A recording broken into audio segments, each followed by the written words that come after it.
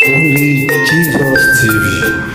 Kò sí nǹkan kan ọ̀ka bímọ́lẹ̀ ó bí oró ejò bímọ́lẹ̀ ó bí afàyàfà kò sí nǹkan kan tí àwọn yẹn fẹ́ bí kò sí nǹkan kan tí wọ́n fẹ́ sọ fún yín kò sí candidate kankan tí wọ́n fẹ́ gbé fún yín tó fẹ́ ṣe rere fún yín tó fẹ́ fún yín ní omi ìfọ̀kànbalẹ̀ tó fẹ́ gba ẹ̀tọ́ yín fún yín tó fẹ́ káwọn ọmọ yín rojú kan ráyè tó fẹ́ káwọn ọmọ yín ṣe rere láyé kò sí candidate kankan tó fẹ́ jáde láàrin àwọn yẹn tó fẹ́ jẹ́ kí àwọn ọmọ yín kó làlùyọ kò sí candidate tó fẹ́ jáde ní ọ̀dọ̀ apínkúkiri ọ̀dọ̀ apínrẹsì ṣépè ọ̀dọ̀ agbébọkiri tí àwọn ọmọ yín fẹ́ làlùyọ agbébọn ẹgbẹ́ oníbọn apínrẹsì ṣépè ìyẹn tí ò ní primary school certificate ó wá ń fún yín ní candidate. ẹ̀rọ àríkẹ́ àti sínétọ̀ ẹ wo wọ́n gbọ́rọ̀ burúkú lẹ́nu àǹtí Yínká TNT àbùkù ńlá kàn wọ́n o nípa àṣírí láti àǹtí Yínká TNT tí wọ́n tú gbogbo apáta gbogbo ọmọ Nàìjíríà fídíò yìí ó ṣì wá lójú o kí lẹni mo rí nígbà tí wọ́n bá wo fídíò yìí ohun tí mo rí tí mo fi sọ pé ó ṣì wá lójú ó máa yí ẹ̀yin náà o ẹ ṣáà wá nǹkan fìdílé tàbí kẹ́ fìdílé nǹkan ọ̀rọ̀ pé bóyá pátì kan ni lágbájá ń jà kò sí lè tó kàn mí mi ò ṣe pátì kankan mi ò sínú ẹgbẹ́ kankan ṣùgbọ́n ipò tí Nàìjíríà wà lọ́wọ́lọ́wọ́ báyìí ìyẹn ló bá mi òun ló sì yẹ kó bá gbogbo wa báyìí. àti sínétọ̀ tó ní pa wọ́n àti ẹni tí ó fi èpè fún àwọn èèyàn ní ìrẹsì nítorí election gbogbo ẹ nínú fídíò yìí ẹ gbọ́ àwọn àṣírí ńlá tó ní agbára tó bá wá rí bẹ́ẹ̀ ẹ jẹ́ ká jọ wo fídíò yìí ẹ̀yin náà máa ní méjì tàbí mẹ́ta tẹ́ máa sọ torí fídíò yìí ó gbẹnu tán àṣírí ńlá ni ó yá lókè lọ. ẹ kú dédé wòyí ẹ̀yin olólùfẹ́ Olóyinka TNT ẹ kú bójú ọjọ́ ṣe rí ṣe dáadáa ni mo bá yín ẹ káàárọ̀ inú mi bàjẹ́ gidigidi láàárọ̀ yìí ṣáájú mo bọ gbogbo ẹ̀yin tẹ́ bá wà lórí ìlà pẹ̀lú mi ẹ ní sọmọnù ẹ ní ríbi kó òjijì lágbára Ọlọ́run ẹ ní wà nínú agbami àbí akoto ayé mo bẹ̀ yín nítorí Ọlọ́run ẹ bá mi ṣe àṣọ yìí ṣe mọ̀ pé mi kì í sábà bẹ̀bẹ̀ bí kan bá mi ṣe àṣọ bọ̀ mo bẹ̀ yín nítorí Ọlọ́run mo fi gbogbo nǹkan tó ń mí àti tí ò mí ní ara yín mo fi bẹ̀ yín mo fi ọjọ́ àti sùn mo fi bẹ̀ yín mo fi gbogbo ohun tí Ọlọ́run dáwọ́lé láti ṣe lénìí nínú ayé oníkálukú mo fi bẹ̀ yín ẹ bá mi ṣe àṣọ yìí bẹ́ẹ̀ bá ṣe ń wọlé ẹ mọ̀ pé mi sábà bẹ̀bẹ̀ pé kẹ́ bá mi ṣe àṣọ bọ̀ ó ṣe pàtàkì kẹ́ bá mi ṣe àṣọ ẹ ní rí kó ọmọ ẹ ní rí kó ọkọ ẹ ní rí kó aya lágbára Ọlọ́run ẹ ní wà nínú agbami ayé níbi tí ẹ ò ti ní lè sọ̀rọ̀ omi ayé ò ní gbé yín lọ poroporo ayé kò ní lù fún yín jó ẹ jọ̀ọ́ ẹ bá mi ṣe àṣọ yìí tẹ́ bá rí gbogbo àwa tá wà ní diaspora ọ̀rọ̀ ẹ̀yin tẹ́ wà ní Nàìjíríà máa ń dùn wá gan ju àwa tá wà níbẹ̀ lọ kò dẹ̀ sí nǹkan méjì tó ṣe ń dùn wá ni wípé kò sí nǹkan tó jẹ́ bàbàrà tí wọ́n ń ṣe nílùú yìí tí ò yẹ kí wọ́n lè ṣe ní Naija àbí àwọn tó colonize wa tẹ́lẹ̀ tí wọ́n ti fi lẹ̀ síbẹ̀ ṣùgbọ́n àwọn leaders wa wọn ò jẹ́ kí kinní yẹn kó yọ. Tẹ́ bá rí kò sẹ́ni tó wà ní diaspora tí ẹ̀jẹ̀ wà lára ẹ̀ tí ìbànújẹ́ ò kí ń gba ọkàn ẹ̀ pẹ̀lú gbogbo nǹkan tó ń ṣẹlẹ̀ àti bó ṣe ń treat àwọn èèyàn ní Naija.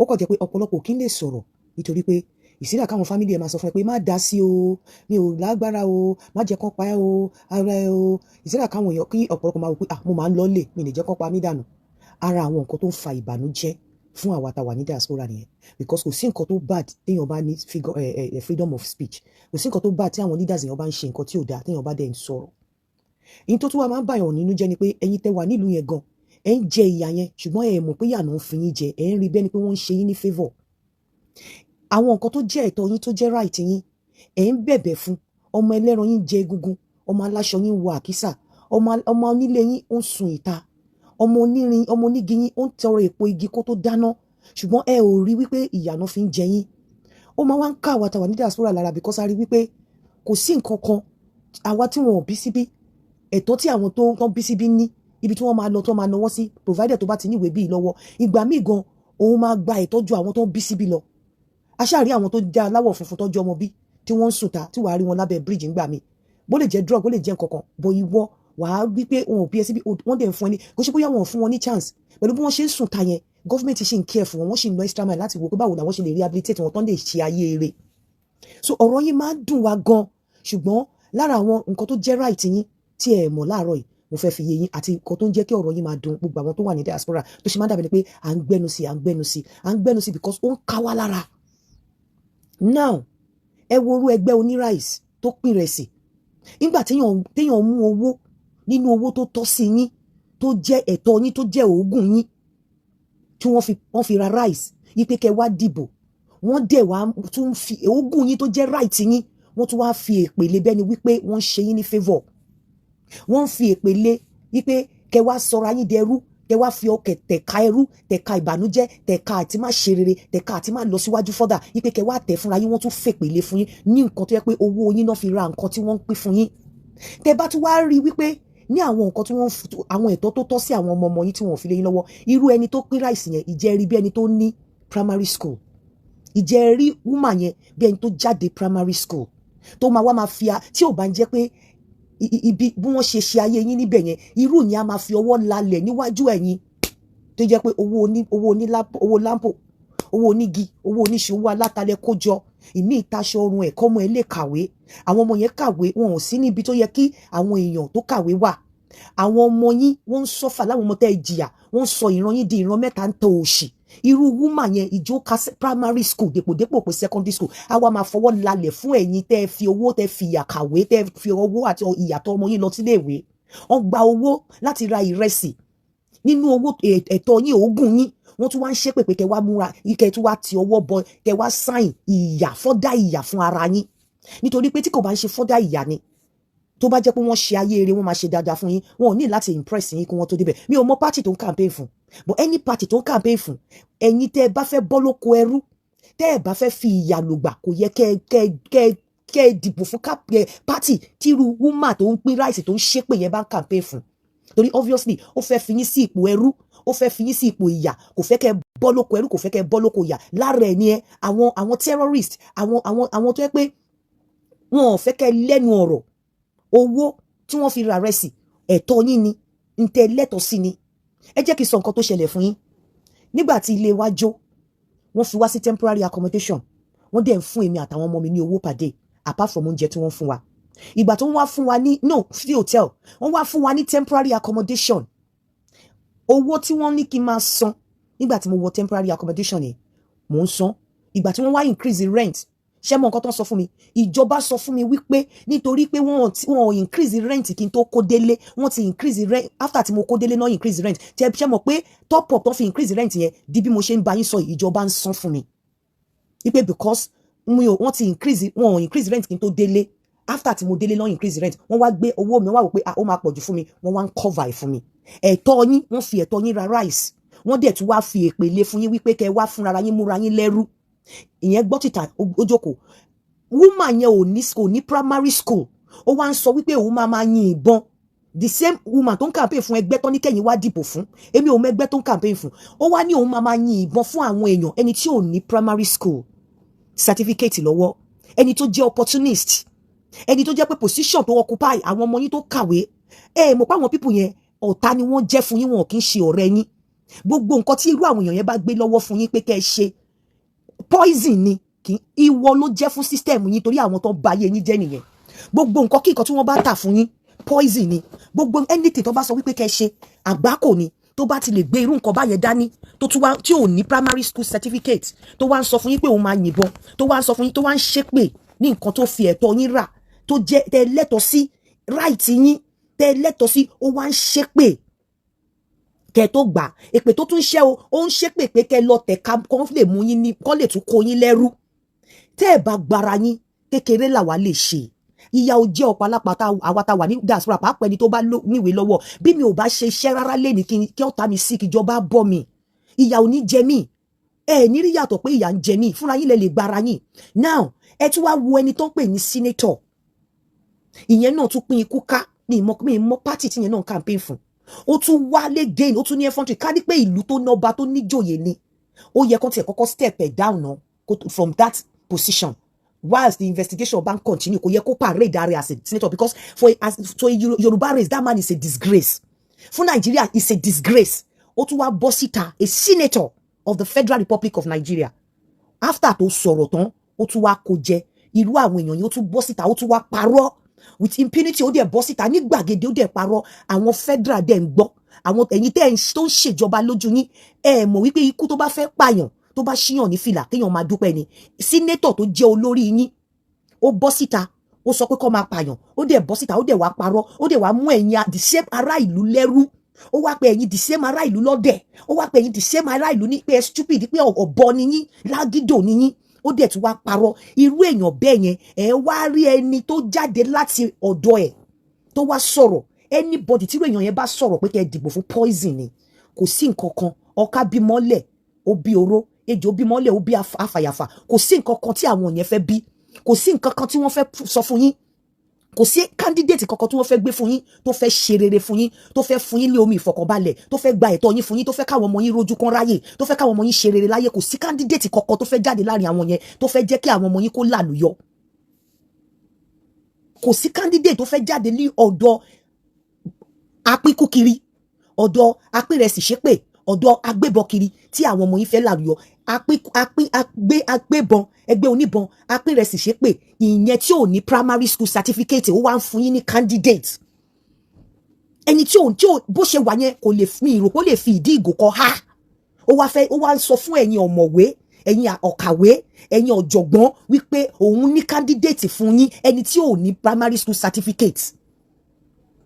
Ẹni tó wà ńbẹ̀, a senator tó wá parọ́, ó wá fẹ́ sọ fún yín pé òun ní candidate. Ẹ mọ̀ wípé ẹni tó parọ́ yẹn transferable skills tó máa transfer tó ti tọwọ́ wọn ti kọwọ́ òun náà ní irọ́. Èmi ò mọ̀ political party tó belong to be candidate wo ló fẹ́ jáde lára irú àwọn yẹn, àwọn tí wọ́n ń threaten yín, àwọn tí wọ́n ní pé tó ń gba owó tó fún yín ní ráìsì tí wọ́n fi owó tẹ́ lẹ́tọ̀ọ́ síra tí wọ́n tún ṣépè tó tún sọ wípé dandan kẹ́ wá sign ipe kíyà máa jẹ yín lọ, kẹ́ wá dìbò kíyà máa jẹ yín lọ. Candidate wo ló fẹ́ jáde lára irú àwọn yẹn tẹ́ feel wípé ó fẹ́ fún yín ní sùkọ̀, ó fẹ́ fún yín láyọ̀, ó fẹ́ fún yín ní dùnnú, ó fẹ́ fún yín ní fọkànbalẹ̀, ó fẹ́ káwọn ọmọ yín rojú, ó fẹ́ káwọn ọmọ yín ráyè láì sọ fún yín. Ìjó yẹ kéèyàn struggle pẹ̀lú yín, ìjó yẹ kí láì sọ fún yín, ìjẹ́ kò yẹ kẹ́ wò pé whatever would happen should happen. Ẹ fẹ́ dúró láti rí for once wípé ẹ fẹ́ gbára yín lóko ẹrú. Oko ẹrú lẹ́wà tẹ́ ẹ bá ti bọ́ sínú oko àwọn ẹ̀rọ àríkẹ́ apínrẹsì ṣépè oníbọn, tẹ́ ẹ bá ti bọ́ sí ọwọ́ onírọ́ apínkúkiri, inú oko ẹrú lẹ́wà. Àwọn ò ní láti sọ fún yín. Kò sí nǹkan kan tó fẹ́ jáde lọ́dọ̀ọ̀rú àwọn yẹn tó lè ṣe rere fún yín. Bí mo ṣe ń sọ̀rọ̀ yìí, ẹkún gbọ̀n mi fúnra ara yín lẹ lè yọra yín. Àwọn ò jìyà ní bíbà yìí, jìyà ní bíbà yìí. Èèyàn lè má ṣe fira pàpà. Gbogbo life tẹ́ ń live, tẹ́rí tó ń live ní Nàìjíríà yẹn tó jẹ́ wípé kíláàsì wà láàárín olówó àti ọlọ́rọ̀ àti tálíkà. Kò sí bí ọ̀pọ̀lọpọ̀ àwọn celebrity yín ìlú òyìnbó wù wọ́n lè gbé bẹ́ẹ̀ ni. Ìjọ tí Bobrisky ti kọ Bobrisky ìlú òyìnbó ta lórí. Bó ti ó ń tiraka lókù pé kí wọ́n lè rí òun lórí Facebook, bọ́ ta lórí níbo tó wà, ta ló mọ ibi tó ń gbé, ta ló fẹ́ rí, kò sẹ́ni tó ránṣẹ́. Àwọn tẹ́ pé wọ́n fẹ́ ṣe ayé kárí mi, wọn ò ní lè gbé ìlú òyìnbó torí kò sẹ́ni tó rí yín. Àwọn leaders yìí send àwọn ọmọ wọn lọ sí ìlú òyìnbó. Ìjọkùn wo lẹ wá rántí Wike wá ṣe graduation àwọn ọmọ ẹ̀ nílùú òyìnbó ní London yìí náà ni. Ẹ̀yin dẹ̀ jókòó síbẹ̀, àwọn leaders yìí dẹ̀ fẹ́ continue láti mú yín lẹ́rú. Wọ́n rí ìtura, wọ́n dẹ̀ fẹ́ gba ìtura lọ́wọ́ yín. Èèyàn ń pín kúkiri, ó dẹ̀ bọ́ta, ó dẹ̀ wá parọ́. Irú èèyàn yẹn máa wá present candidate fún yín nígbà tẹ́ ẹ̀ ṣe èrè, tẹ́ ẹ̀ ya wèrè. Irú èèyàn yẹn á wá present candidate. Ẹ wo bó ṣe ń twist ẹnu tó ń twist ojú bíi pé kò ràn yín. Ẹ wá lọ sọ wípé ẹ fẹ́ lọ fi ọwọ́ ara yín sínú ṣọ̀lọ̀. Mo rí kan náà tó ń sọ wípé àwọn ẹni tí ò bá ti ṣe kíní kan kò ṣe ẹni wọ́n á máa threaten yín pé tẹ́ ẹ̀ bá ti dìbò, tẹ́ ẹ̀ bá fẹ́ dìbò fún lágbájá kẹ́ ẹ má bọ́ta. Ẹ dẹ̀ feel wípé irú candidate yẹn ẹ lè bọ́, ẹ̀yin fúnra yín lè gbára yín lẹ̀ lóko ẹrú. Ntí ẹ máa jẹ, ẹ má jẹ́ kó ba nǹkan tẹ́ ẹ fẹ́ jẹ. Ẹ má jẹ́ kí àtẹnujẹ kó pa yín. Gbogbo àwọn nǹkan tí wọ́n ń pín fún yín, ẹ̀tọ́ yín ni, owó yín náà fi rà á.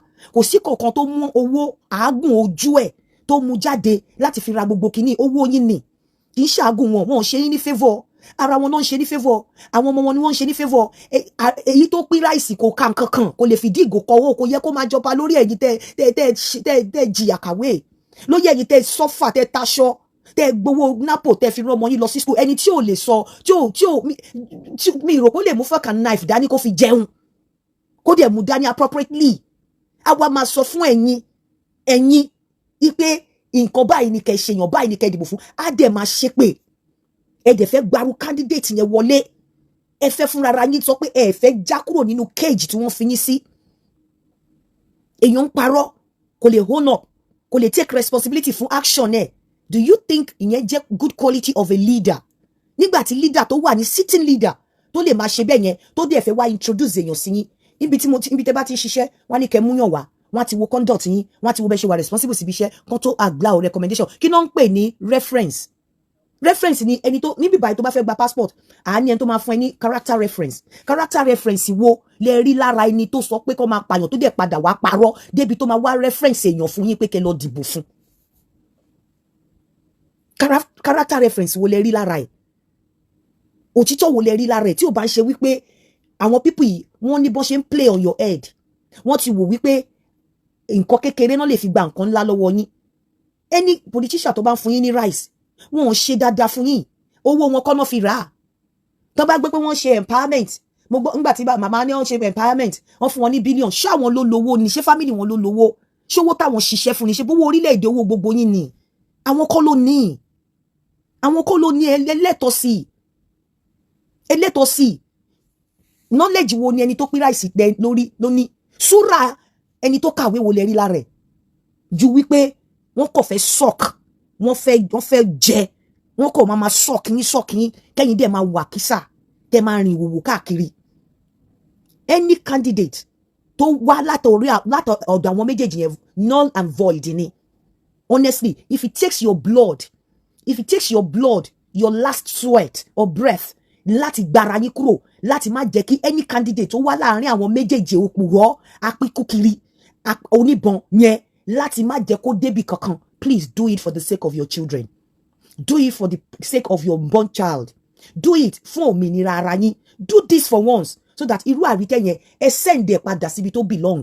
Àárín àwọn illiterates ló belong. Àárín àwọn tí wọn ní substance ló belong. Because ó dàbẹ̀ ni pé the problem you have nínú yẹn ni pé ẹ máa ń worship material things àti owó. Ẹ sọ àwọn olówó di ọlọ́run yín. Ẹ sọ àwọn capitalist ju di kìíní yín. Otherwise irú èèyàn akínrẹsì pínpín yẹn kò yẹ kó lẹ́nu ọ̀rọ̀ láàárín ọ̀pọ̀lọpọ̀ nu yín. Honestly, ẹni tó pé appearance ẹ, charisma ẹ, courage ẹ, ó show pé kò ní primary school. Ó wá ń fọwọ́ lálẹ̀ fún yín. If it takes your last breath, your last blood, láti take, láti save àwọn ọmọ yín, láti protect dignity yín, láti protect integrity yín, láti protect heritage yín, láti protect education yín, please do it. Ṣé rí àwọn méjì yẹn, mi ò mọ candidate wọn o, mi ò dẹ̀ mẹgbẹ́ tó ń campaign fún, but ṣe rí wípé wọ́n ti pín kú yẹn, and that guy refused to take responsibility for his action, very arrogant, very kò wà truthful, kò ní respect for anybody, with a very bad conduct. He couldn't come out to say, my people, I'm sorry, forgive me. I don't even know how it came out from me, but just please forgive me. Ó tún ní tẹ́tù wo, ó tún sọ wípé òun máa sùn mẹ̀kúnnù nígbà tó fi ọwọ́ ọlá ó tún fẹ́ fi ọwọ́ ọlá gbá yín lójú, and you want to vote for that kind of a person's candidate. Èèyàn ò hone up, ó tún wá sọ fún yín pé òun máa sùn, and you think gbogbo ẹgbẹ́ tí àwọn people yẹn bá ti represent ìṣẹ́ null and void ni. Àwọn ẹgbẹ́ yẹn kọ́ tètè ya lọ yọ wọn kúrò nínú mouthpiece wọn àbí face of their political party, because wọn ò yẹ fún ẹni tó yẹ kó present kó reference èèyàn pé kẹ́ vote fún.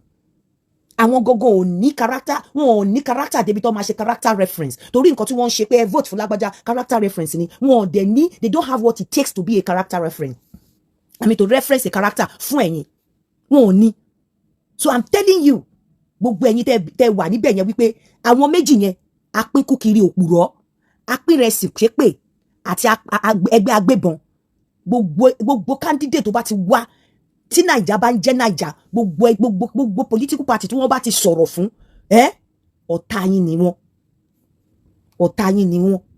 wọ́n wá láti wá terrorize yín ni, wọ́n wá láti wá gba ayọ̀ lọ́wọ́ yín fún yín ní ìbànújẹ́ ni, wọ́n wá láti wá gba ẹ̀tọ́ yín, wọ́n ń gba ẹ̀tọ́ yín, wọ́n fi ń dùn yín, wọ́n ń gba ẹ̀tọ́ yín, wọ́n fún yín ní oúnjẹ ìbànújẹ́ jẹ, nǹkan tẹ́ lẹ́tọ̀ọ́ sí wọ́n ń claim ẹ̀bẹ́ ni pé property àwọn heritage àwọn ni. So irú tẹ́ bá fi irú àwọn oníràwọ̀n re èèyàn bí kíní kan ló ń hègbè, tẹ́ bá fi candidate àwọn yẹn síbẹ̀, they will not be answerable to you.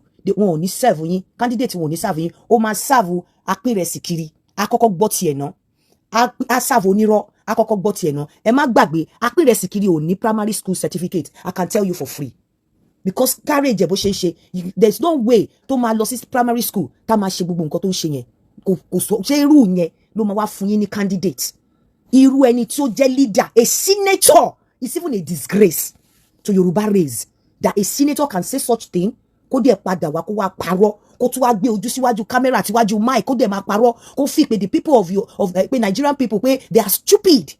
irú èèyàn yẹn wá fún yín ní character reference àwa reference èèyàn fún yín ẹ wá ní ẹ̀yà wèrè wọ́n fi ọ̀bẹ fún yín jẹ wọ́n fi ìgbẹ́ fún yín jẹ wọ́n wá fún yín lómi pé kẹ́ ẹ mú lé lórí ẹ wá if it takes your blood and your last breath ẹ gbọ́dọ̀ accept any candidate táwọn méjì yẹn bá mú jáde èmi ò mọ ẹni tó mi ò mọ political party but whatever or whichever political party tó bá ń campaign fún it's a no nítorí ẹ̀ mo ṣe ni pé ẹ ní sunkún ọmọ ẹ ní rí dààmú lórí ọmọ ẹ ní ṣubú dànù please ẹ ṣe ẹ̀ṣọ́ yìí kí àwọn tí wọn ò mọ̀ kán lè mọ̀ wípé kò sí nǹkan kan tí ẹ̀rọ Àríkẹ́ ṣe fún yín o kò ṣe favour fún yín any political party tó bá ń pín rice wọn ò ṣe favour fún yín wọn ò fi owó àpò wọn pín rice owó tó lẹ́tọ̀ọ́ sí yín ni wọ́n hold ni wọ́n keep owó tó yẹ kẹ́ ẹ fi jẹun owó tó yẹ kẹ́ ẹ fi rírọ̀rùn ni wọ́n keep láti lè fi pín rice fún yín pé kẹ́ lè wá kán lè impress yín kẹ́ lè tún wá wà nínú oko ẹrú mi get it into your schools ẹ káàárọ̀. ẹ máa ṣeun gbogbo àwa tá a dìjọ wo fídíò yìí ẹ̀yìn fọ́nrán tí mo mú wá fún wa tá a wò tán yìí àǹtí Yínká TNT ẹ ṣe lọ́pọ̀lọpọ̀ ayé yín ò ní bàjẹ́ ètò ayé yín ò ní dojúrú ẹ wo gbogbo ohun tí àǹtí Yínká TNT sọ yìí kí lẹ rí sí òótọ́ ni àbí àbútọ́kọ́ òótọ́ ni àbútọ́kọ́ ṣé fídíò yìí ṣì wà níyì àbí kò ṣì wà níyì ẹ jẹ́ n gbọ́ ní comment section ẹ bá wa like fọ́nrán yìí ẹ kẹ́ bá wa share kẹ́yìn náà kẹsàn èrò ọkàn yín láìpẹ́ á tún padà wá ní àlàáfíà.